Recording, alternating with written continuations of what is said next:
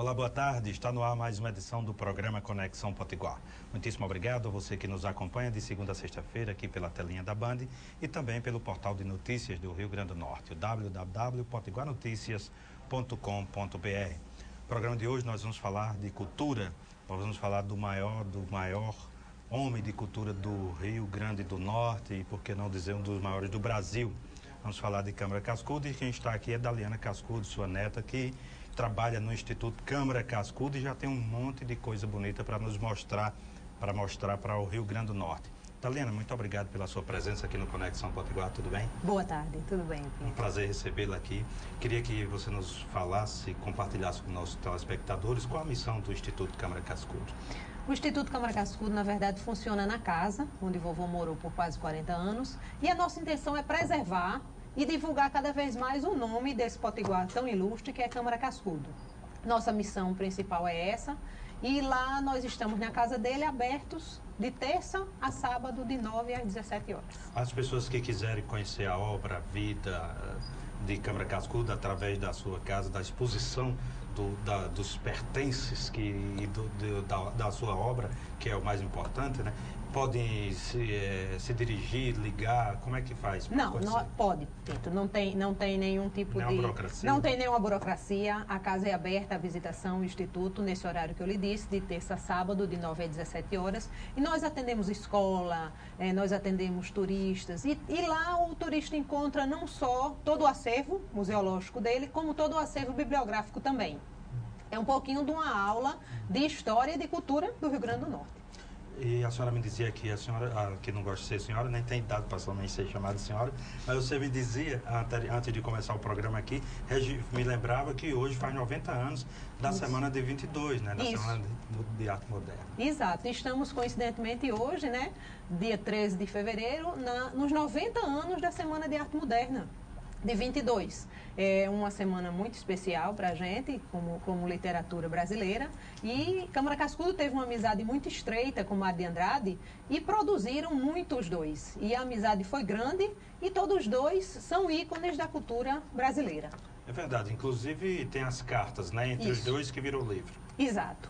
Essa correspondência que virou livro, a gente tem a imensa honra de ter sido premiado no ano passado, agora, no 53º Prêmio Jabuti, o livro de cartas de Câmara Cascudo e Mário de Andrade, esse livro, essa obra, ele ganhou o Prêmio Jabuti na categoria de Teoria e Crítica Literária, né? Foi feito em parceria entre o Instituto Câmara Cascudo e o IEB, que é o Instituto de Estudos Brasileiros. E aí a gente tem a troca de correspondência deles, se corresponderam durante mais de 20 anos. Quer dizer, antes você fazia a missiva, a carta, hoje as pessoas se correspondem muito por e-mail, né? Por e-mail, por Twitter, por Facebook, né? Então, aí está muito da história e da cultura brasileira. O interessante é que eles começam em 24, todos dois jovens e tudo, e a correspondência se estende até 44. Mário faleceu, na verdade, em 45, né? E em 28, em 29, Mário teve aqui, a convite dele, e conheceu o Rio Grande do Norte. Ficou muito encantado com o Rio Grande do Norte. Vovô foi responsável por ter trazido o Mário para cá e ele conheceu muito dos nossos costumes e do nosso folclore aqui. Inclusive, muitas das pesquisas, Cascudo que mandava informações para ele, né? Ele tinha curiosidades a respeito das coisas do Rio Grande do Norte e do Nordeste. E Cascudo era era quase que um pesquisador dele também. É verdade. De Mário. Tem isso, né? Tem isso. Vovô dizia muito que a correspondência, as cartas, eram cartas perguntadeiras. Então, a pesquisa não era feita no Google, né? Era feita em livros, realmente, e tudo que eles queriam saber um do outro, eles se perguntavam através de carta. Tem uma carta muito interessante que Mário pergunta a vovô: ô Cascudo, jacaré dorme de olho aberto? Agora eu fiquei curioso. E ele diz que sim, e dá milhões de informações e exemplos sobre isso. Então, isso é um exemplo bem-humorado de como era a correspondência deles e de como Pinto terminou influenciando e ajudando a obra do outro. Exatamente. Isso e fica inegável nessas cartas. Essas cartas você vê muito esse desenrolar da história de ambos, os livros que estavam produzindo, os sucessos, os fracassos, os que não conseguiram produzir nem terminar, a vida pessoal, o que aconteceu, a perda de um pai, o casamento de um. Então, tudo isso, de uma maneira muito amigável e muito íntima, é trocada e está nessa correspondência. Inclusive, a forma de pensar o Brasil, né?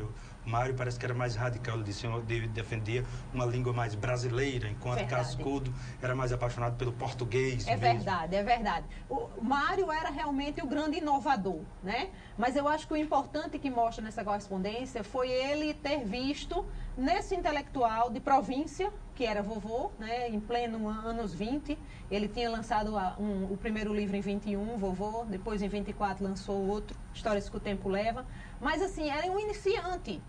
E Mário viu naquele intelectual potiguar, lá na província pequenininho, um valor e uma brasilidade que ele tanto procurava, né? Que ele tanto ressaltava. Eu acho que foi um elo muito importante que uniu os dois. Mário terminou sendo padrinho do meu tio, do primeiro filho de vovô. Então, terminou tendo uma amizade muito bonita, muito grande, eles dois.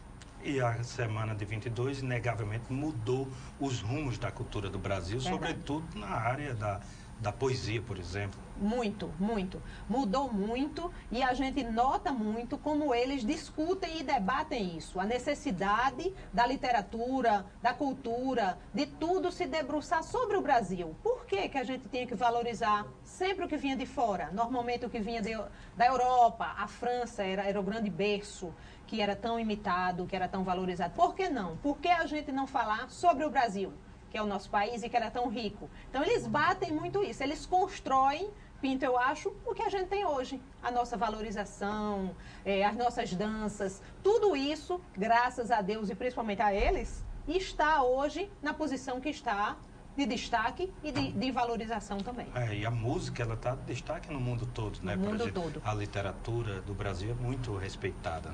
No mundo Muito todo, respeitado. em função muito desse discurso de brasilidade que foi construído por eles. Construído por eles, é verdade. E tem uma discussão entre o poeta, é verdade que Cascudo não gostava muito de escrever em forma de versos, ele preferia na prosa? É verdade. Ele escreveu alguns poemas poucos e normalmente ele não achava que eram dignos de publicação, né? Ele sempre gostou muito mais da prosa, até porque começou em jornal, sendo jornalista. Em 1918 é a primeira vez que ele se coloca como escritor, não de livro, inicialmente de artigo de jornal, onde ele produz muito nesse campo do jornalismo, né? Então, poesia, ele como mandou para Mário alguns poemas, como mandou para Manuel Bandeira, amigos, mas ele nunca fez um livro de poesia. Ele não achava que era a seara dele em termos literários. Sempre foi muito dentro da questão da prosa.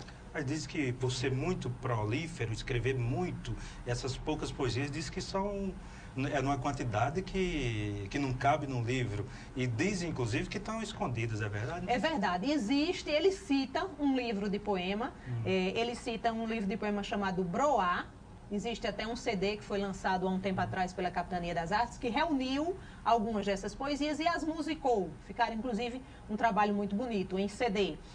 Mas ele cita um livro de poesia, esse livro de poesia até hoje é inédito, nunca foi descoberto. Talvez ainda a gente possa encontrá-lo e quem sabe publicá-lo. Venha, tomara que sim. É verdade que são 232 obras? É verdade. No nosso Mas conta a poesia? Conta o de poesia, que ainda é uma... Não, os inéditos não, os publicados. Sim. Os publicados. Então, a gente tem 232 obras entre livros e entre opúsculos, que são com menos de 50 páginas. E isso tudo é o que foi publicado. Após o falecimento dele, a gente descobriu 2 obras inéditas que já saíram. A Casa de Cunhaú, que saiu pelo Senado, que é sobre a genealogia da família Albuquerque Maranhão. E No Caminho do Avião, que é um livro interessantíssimo, onde ele era repórter, olha novamente o repórter aparecendo. De 22 a 33, ele cobriu todos os aviões que vieram a Natal. Ele fez a cobertura disso em forma de reportagem. E esse livro se chamava No Caminho do Avião. Todos 2 já foram lançados pela primeira vez, eram inéditos todos 2. E eram livros que nunca ele tinha se referido a essas obras. Foram encontradas posteriormente ao seu falecimento. Ele fazia quase como uma ata, né? Isso. Eram reportagens, realmente, né? Principalmente esse no Caminho do Avião. O outro, A Casa de Cunhaú, ele fala muito da história do Rio Grande do Norte, se referindo, inclusive, ao massacre de Cunhaú, que aconteceu no Engenho, e a toda a genealogia da família Albuquerque Maranhão, que está totalmente dentro da nossa história do Rio Grande do Norte. As raízes da nossa história. Pedir licença, Dalena Cascudo, a senhora, a você e aos nossos telespectadores. Faremos um rápido intervalo comercial e no próximo bloco eu vou perguntar para a Dalena Cascudo sobre a importância de Câmara Cascudo ser conhecido pelas novas gerações, de chegar às escolas públicas e particulares do Rio Grande do Norte e do Brasil. Um minuto só e a gente já volta.